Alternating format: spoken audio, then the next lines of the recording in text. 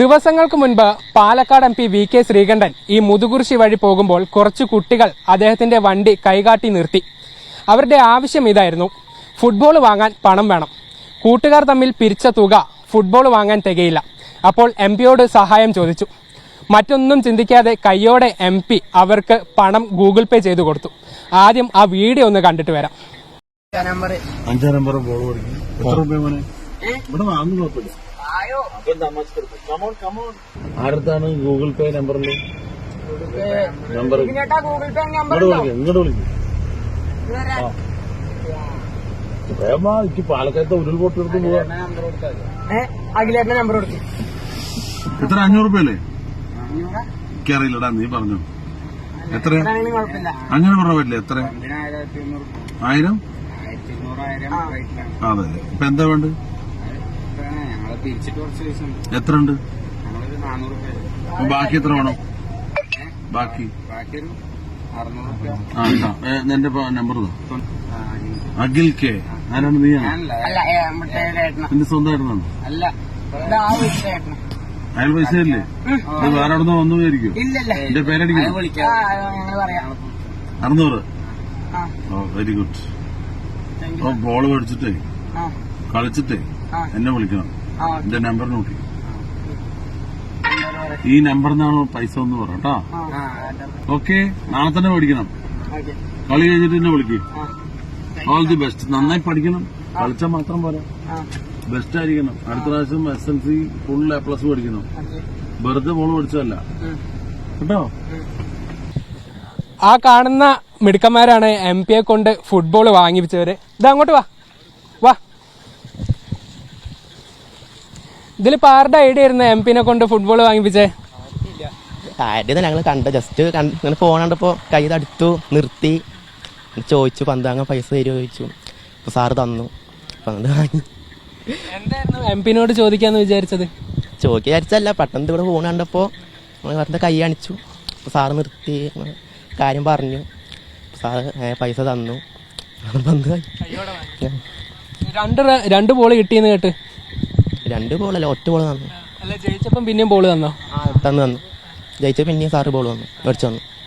ഇപ്പോ ഈ MP ഇതുവഴി പോകുന്ന സമയത്തെ ഫുട്ബോളൊക്കെ ചോദിക്കുക എന്നൊക്കെ തോന്നാൻ കാരണം എന്താണ്? അങ്ങനൊന്നുമില്ല. ജസ്റ്റ് കുട്ടികളല്ലേ, ആരും പന്തിന് പിരിവ് ചോദിച്ചാൽ അങ്ങനെ ആരും തരാറില്ല.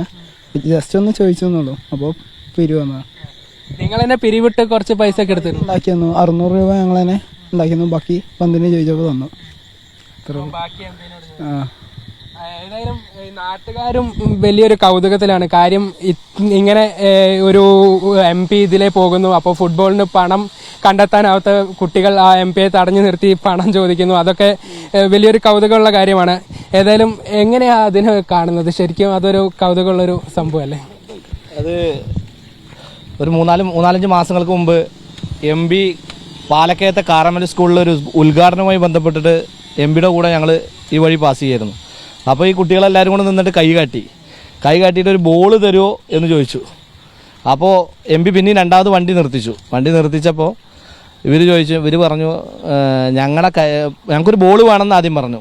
അത് കഴിഞ്ഞിട്ട് ഞങ്ങളെ കയ്യിൽ 400 രൂപ 500 രൂപയുണ്ട്, ബാക്കി ഞങ്ങൾക്ക് തികയാത്ത പൈസ എന്നാണ്. അത് അവരെ കുട്ടികളുടെ കളങ്കല്ലാത്ത മനസ്സ് അത് MP കണ്ടപ്പോൾ MPക്ക് വലിയ ഒരു കൗതുകമായി. MP അപ്പം തന്നെ നിങ്ങളുടെ എന്തെങ്കിലും ഒരു ഗൂഗിൾ പേ നമ്പർ പറഞ്ഞു കഴിഞ്ഞാൽ ആ നമ്പറിലേക്ക് ട്രാൻസ്ഫർ ചെയ്ത് തരാറുണ്ട്.